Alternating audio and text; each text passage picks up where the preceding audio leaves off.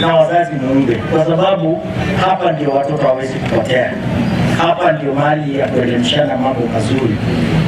Mahali kwengine mnaambiwa watoto, kwa mfano hawa watoto hatungeweza kuwasajili hawa watoto kwa pamoja kama hatungeweza kupitia njia ya michezo.